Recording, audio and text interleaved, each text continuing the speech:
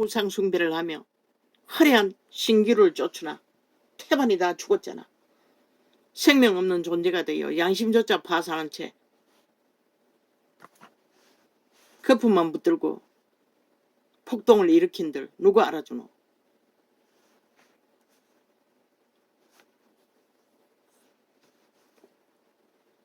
그리스도인이 사랑을 이야기할 때 이는 하나님의 사랑 곧 신령한 사랑을 이야기하는 것이다.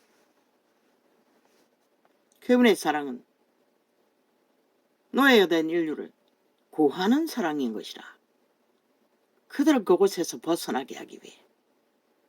근데 이제는 고추 자르고 뭐 자르고 여자 남자까지 뒤바꿔서 살겠다고 엄난에 빠져서 그런 것이라. 영구히 죽은 자의 노예가 되겠다는 소리밖에 안 되는 것이라. 그런 자를 신이 어떻게 구해? 가장 회개하기 힘든 게 엄난이라고.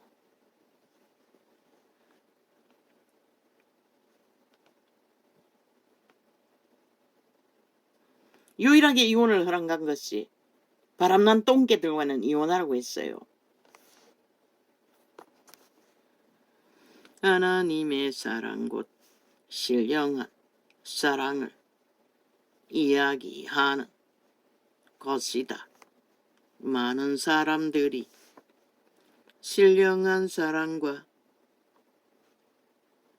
인간적인 사랑을 비교하려 애쓴다. 그러나 신령한 사랑은 인간적인 사랑과는 비교될 수 없는 완전히 다른 종류의 것이다.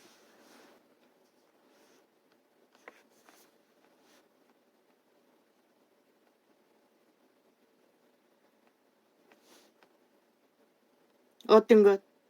조선의 대가족 제도처럼 가족을 위해 땀 흘림으로 계속 헌신하고 희생하며 가족을 존립시키는 사랑. 그것이 아가파의 사랑에 가까운 것이라. 죄인들을 구하기 위해 신은 그런 길을 믿는 자도 물론 초대교회는 기름부음이 강력해서 귀신 추방으로 때깍때깍 그 짐이 하나님의 이름으로 해결되었지만 이 세태는 믿음을 기름부음이 역사하지 않았어. 인간이 노력으로 다 하려니 다락방 같은 그런 무리도 존재하는 것이라.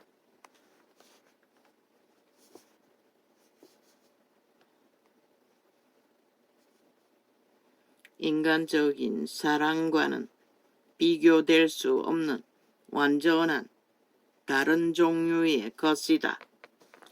인간적인 사랑은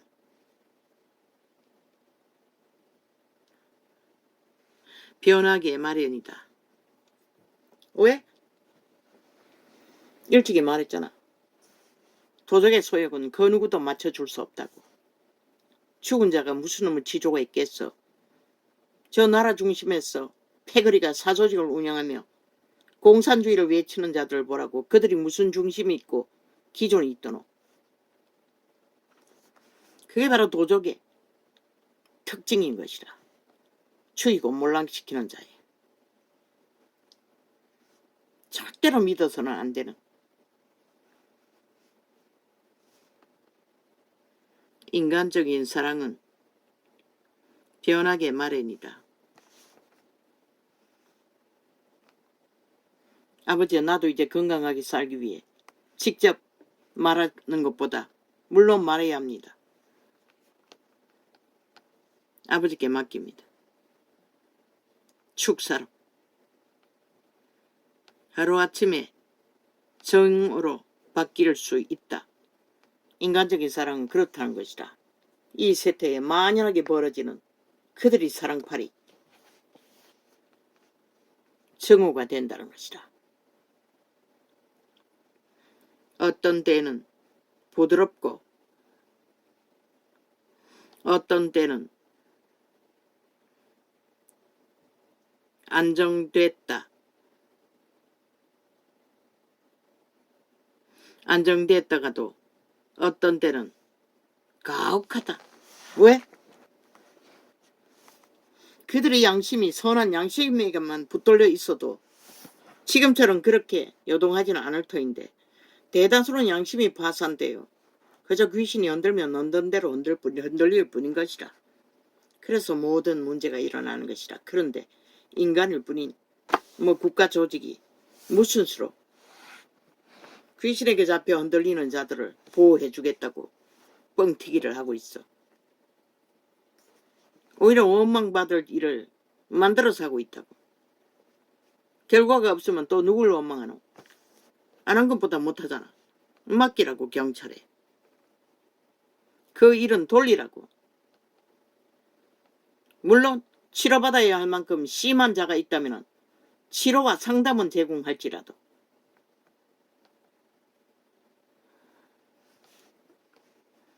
오히려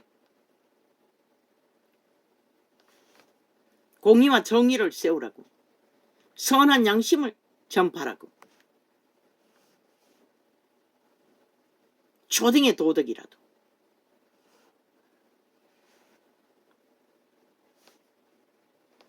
신령한 사랑의 다른 면은 바로 신령한 사랑도 어떤 경우에서는 아주 단호할 수 있다는 것이다. 어제까지는 무대응, 무대포, 무반응. 그런데 또 헷가다. 이게 바로 인간이라는 것이다.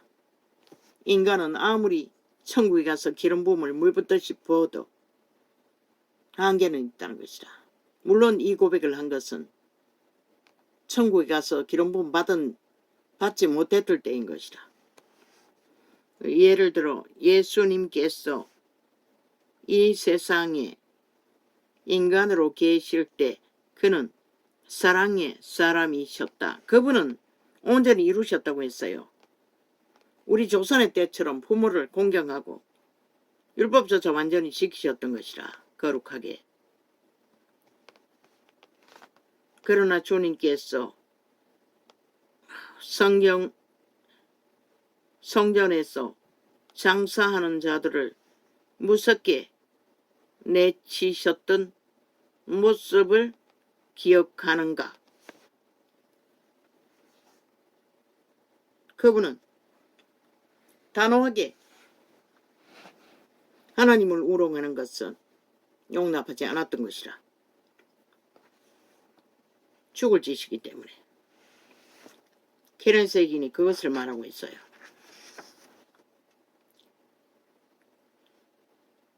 그렇지만 그의 사랑에는 단호하게 심판하시는 면도 있다. 심판을 말하는 것도 그분의 사랑이라고. 전도자가 죽을 놈은 죽이고 살 놈은 산다고 하는 것도 동일하다는 것이라. 비방하기 위해서 하는 게 아니라 빛과 어둠을 분리하게 하기 때문에. 이는 이 글씨가 이는 자식을 향한 부모의 사랑과 같다. 그렇죠. 자식이 망할 길로 가는데 가만히 있을 자가 없지요.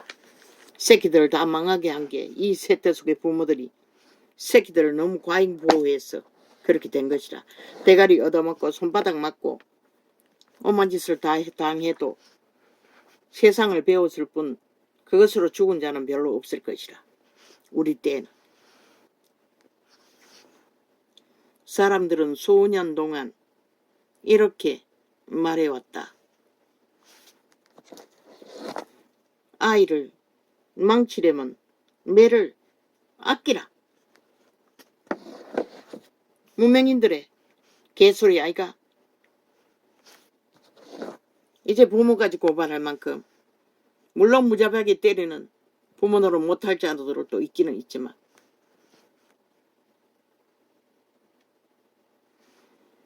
그러나 주님은 안 때리면 미워한다고 했어요. 지금 잘 보이질 않아서 다 일일이 짚을 수는 없어요. 대강 빼고 하겠어요. 여기에 말하는 요지만 하겠어요. 이같이 하나님과 같은 신령한 사람도 단호해야 할 때가 있다. 나는 1946년 한 교회의 목회를 감당하고 있었다. 처음 그곳에 도착했을 때 그 교회에 몸담고 있던 젊은 이들의 대부분은 구원에 확신이 없었고 10대들은 교회에서 버릇없이 굴기 일쑤였다.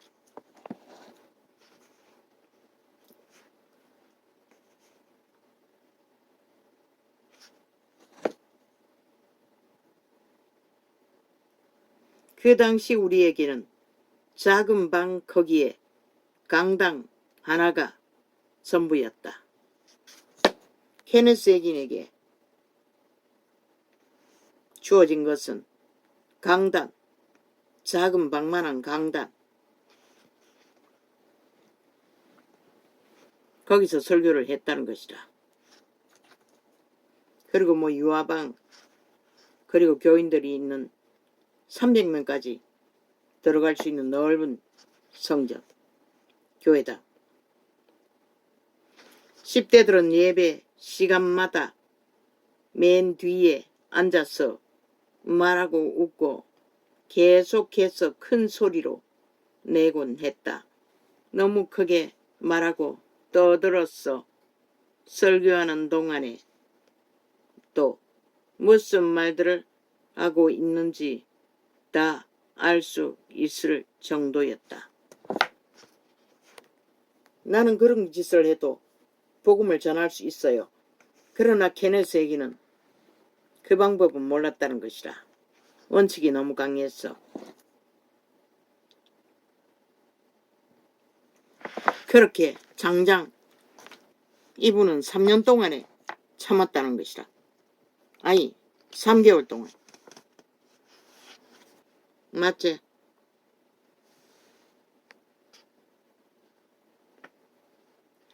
어쩌.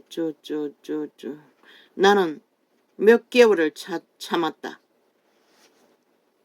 수개월을 참았다는 것이다. 언제나 멘토는 아니 메시지는 교회에서는 정숙해 주세요 라고 말하는 것이 전부였다. 바른 생활. 젊은 목사는 3개월을 그렇게 참았다는 것이다. 어느 주일 저녁 예배 때 나는 설교를 하고 있었다. 예배당은 정말 꽉 차 있었다. 창문은 다 열려 있었고 어쩔 때는 밖에 서서 설교를 듣는 사람들이 예배당 안에서 설교를 듣는 사람들보다 더 많았다. 몇 달 만에 개척이 많이 됐다는 것이다.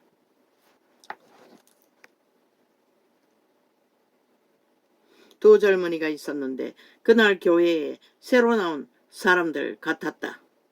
그들은 교회 뒤에 앉아 너무나 큰 소리로 말을 했기 때문에 앞에 앉은 교인들이 자꾸 뒤를 돌아보는 것이었다. 결국 나는 중간에 설교를 하다 말고 성경을 덮으며 말했다. 이제 그만. 나는 그 두 사람이 교회에 처음 왔기 때문에 창피를 주고 싶지 않았다. 그래서 교인들을 바라보며 이렇게 물었다. 누가 이렇게 큰 소리로 떠들고 있습니까? 벌써 3개월 동안 여러 번 말씀드렸습니다. 말씀을 전하는 시간에는 아무도 이야기하지 말고 정숙해 달라고 말입니다. 그렇지만 지금부터 예배 시간에 큰 소리로 말하거나 예배를 방해하는 사람이 있다면 공공 예배를 방해한 죄로 경찰을 부르겠습니다.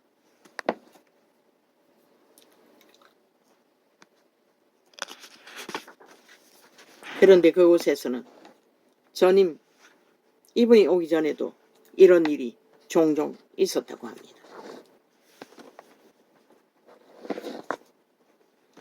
케네스에게는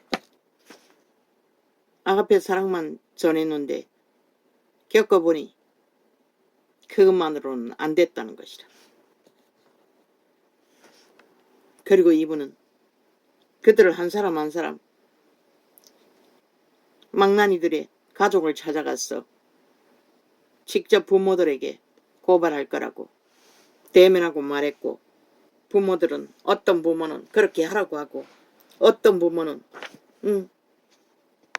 목사지는 바깥에 안 나오나 협박을 했고, 그런 자들은 얼굴을 바짝 당겼어 눈을 부릅뜨고 분명하고 확실하게 한 번 더 말했다고 했습니다.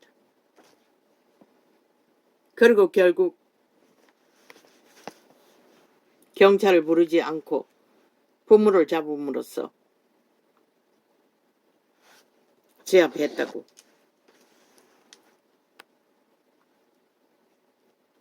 나는 예배를 방해하는 아이들의 부모들을 차례로 만나기 시작했다.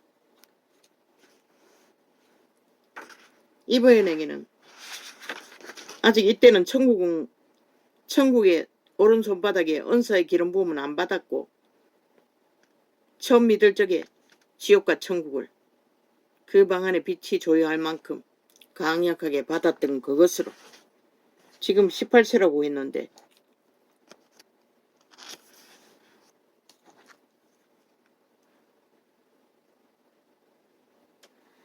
부모도 불편했어요. 아이들에게 못이 박히도록 말해도 듣지 않는다고. 그런데 그 미국에는 그때는 경찰을 불러서 아이들을 감옥에 보내지 않기 위해 아이들을 목장에 취업시켜서 돈으로 갚도록 하는 제도가 있다고 합니다. 그것으로 협박했더니 통했습니다.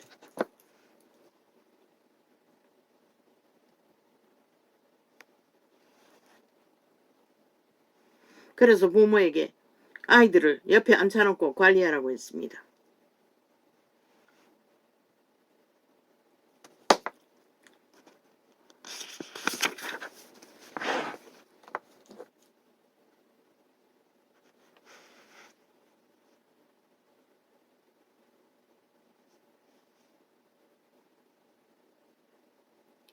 단 한 가정만 명심하세요.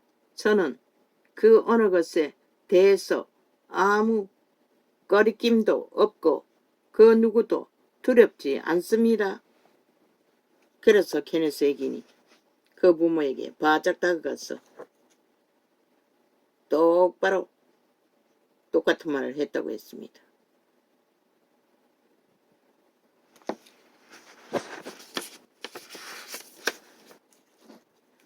이와 같이 하나님의 사랑과 같은 사랑으로 행하는 것이 곧 항상 심각하고 미지근한 행동을 보이는 것은 아니다.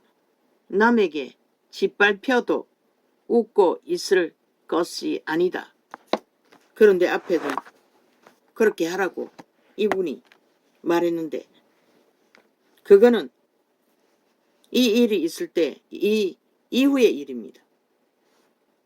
처음에는 젊을 때는 이렇게 말했습니다. 그런데 아마 그거는 후에 아가페 사랑을 말했던 것입니다. 옳은 일을 행하고 어떤 경우에 있어서는 뒤로 물러서지 않아야 한다. 그게 바로 성경이 말하는, 사도들이 말하는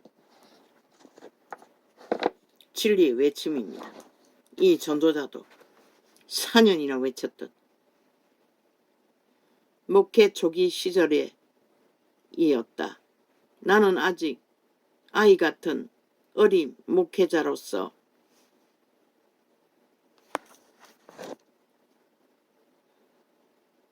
시골에 있는 한 교회에서 설교를 한 것이 있다.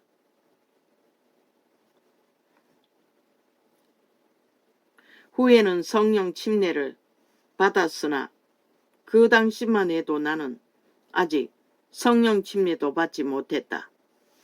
이런 일을 할 적에는 경험 없었다고 말합니다. 나는 겨우 만으로 18살이었다. 그럼 19살이네.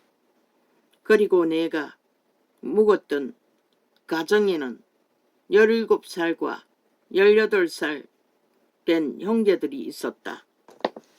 그 나이에 그 시골 교회는 사택도 없고 믿는 자의 가정에서 애기는 머물렀습니다.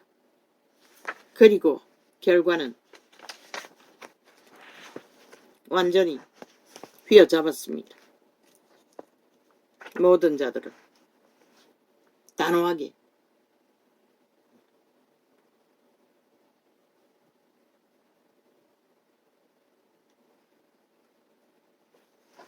하나님의 사랑을 절대 실패하는 법이 없다. 그러므로 그의 신령한 사랑으로 행하는 사람에게 실패란 있을 수 없다. 하나님의 사랑으로 행할 때 우리의 마음속에 있는 하나님의 사랑과 이를 통해 일하시는 하나님의 사랑은 모든 상황을 해결하기에 충분할 것이다. 기름붐이 강력했던 천국과 지옥을 경험한 케네스에겐 18살짜리, 19살짜리가 말하고 행동하는 것은 권능이 있었다는 것입니다. 그들이 다 복종했고 아이들도 완전히 바로잡았다고 합니다. 하나님 같은 사랑은 우리의 삶을 초월하게 한다. 하나님은 사랑이시기 때문이다. 그리고 하나님의 사랑으로 행함은 우리에게 유익하며 이 세상에서뿐만 아니라 앞으로 올 천국에서의 새로운 삶에도 유익을 끼친다. 하나님의 사랑 안에 거하며 이로 인해 오는 유익과 큰 상급들을 즐길 수 있기 때문이다. 그런데 앞에 닭장에 갇히고 밥을 못 먹고 할 때는 이 이후에 성령 침례 받고 봉사로, 교사로 교회를, 전체 교회를 복음 전하러 다닐 때 일이었고 이것은 초기의 일들입니다. 그러나 하나님은 케네스에겐의 인간적인 방법으로 바로잡아도 역사했고 또 아가페 사랑으로 했어도 역사했습니다. 수년 동안 나는 말씀을 듣고 그에 맞게 고쳐야 할 부분들은 고치는 사람들이 치유를 받는 것을 볼 수 있었다. 왜? 케네스에게는 강력한 기름 부음이 있기 때문에 그 기름 부음의 말을 듣고 따르는 자는 반드시 그 기름 부음이 흐릅니다. 그런데 이 세태는 전혀 아니지 않습니까? 얼마나 따라합니까? 얼마나 시키는 대로 합니까? 그 차이가 있을 뿐입니다.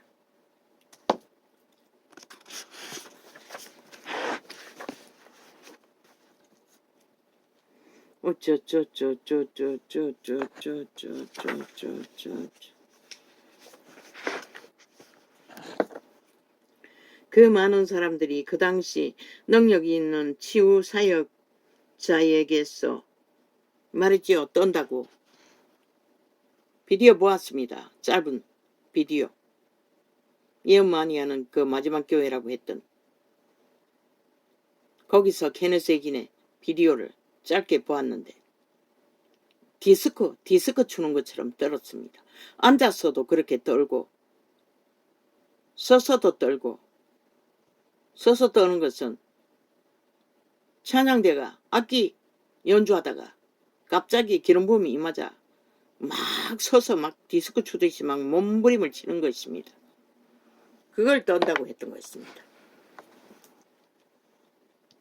그 많은 사람들이 그 당시 능력 있는 치유사역자에게서 기도를 받았음에도 낫지 못하는 것은 많이 볼 수 있었다. 공황시대 지났어. 병 낫는 것은 너무나 쉬웠다고 했습니다. 치유의 기름붐이 강력하게 불어졌어.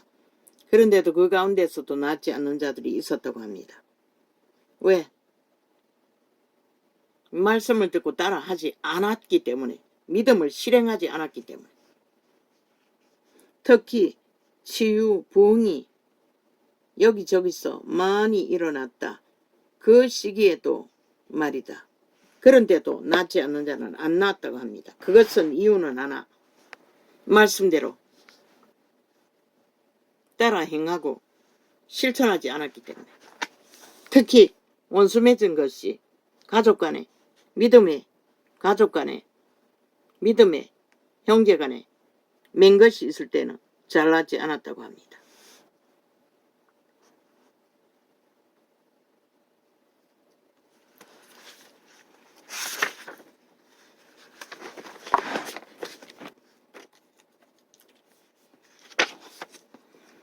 하나님께 영광을 돌립니다. 생각해 보세요. 동네에 교회가 이 사람을 두고 말합니다. 자기 지역에 있는 유일한 순복음 교회가 있는데 또 하나의 교회가 개척해서 들어왔어. 자기보다 숫자가 더 많아지니 배가 아팠어. 너무나 신경을 쓰더니 병이 걸린 것입니다. 목사가. 그런데 그걸 회개하고 나니 낫다고 합니다. 시기심이었습니다. 넓은 곳이었다고 합니다.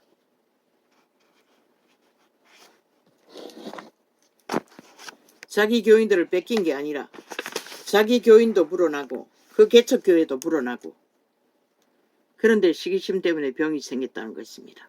미워했기 때문에. 그렇다. 사랑과 용서는 하나다.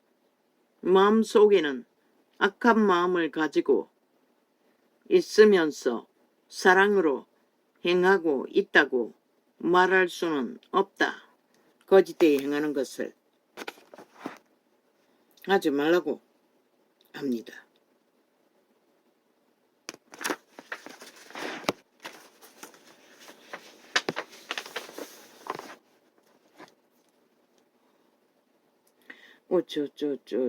성경은 꼭 사람을 죽여야만 살인자가 되는 것이 아니라고 말한다. 이 설명에 의하면 우리 교회 안에만 해도 도대체 얼마나 많은 살인자가 앉아 있는 셈인가. 말 그대로 사랑을 살인한 사람은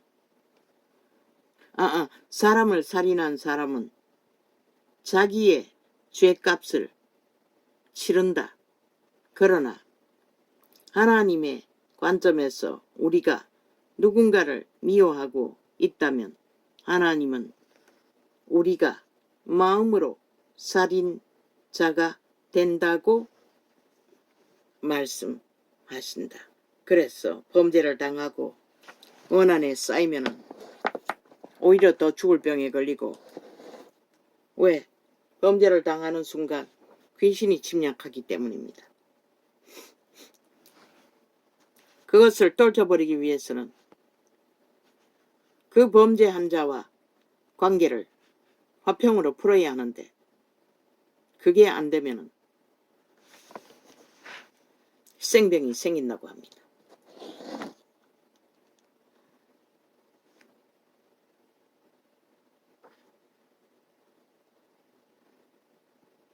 저는 시어머니를 정우해요. 이 여자도 혜긴이 시키는 대로 그 말을 바꿨을 뿐인데 병이 났다고 합니다.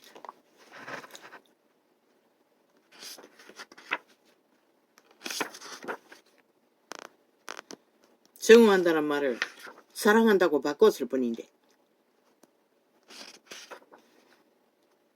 기름부음이라고 합니다. 케네스 혜긴의 기름부음.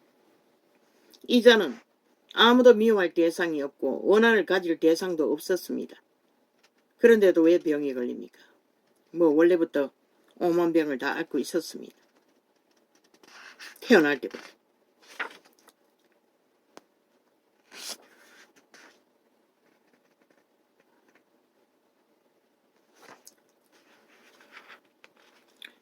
뭔가 중요한 게 있는 것 같았는데 다 읽어줄 수가 없었어.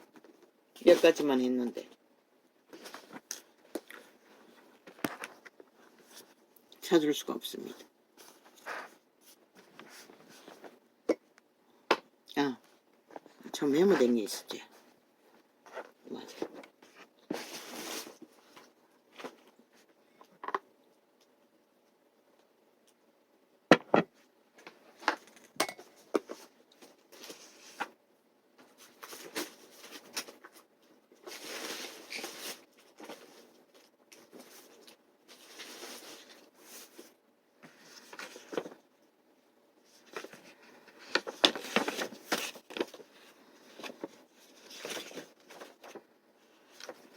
일본 어디야? 이게 일본이가.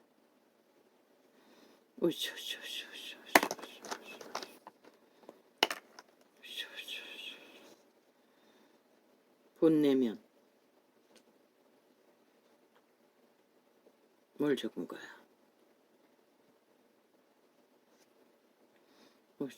거짓말. 언론 플레이.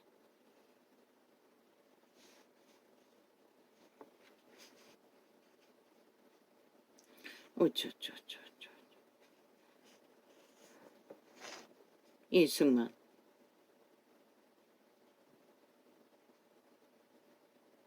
해방운동.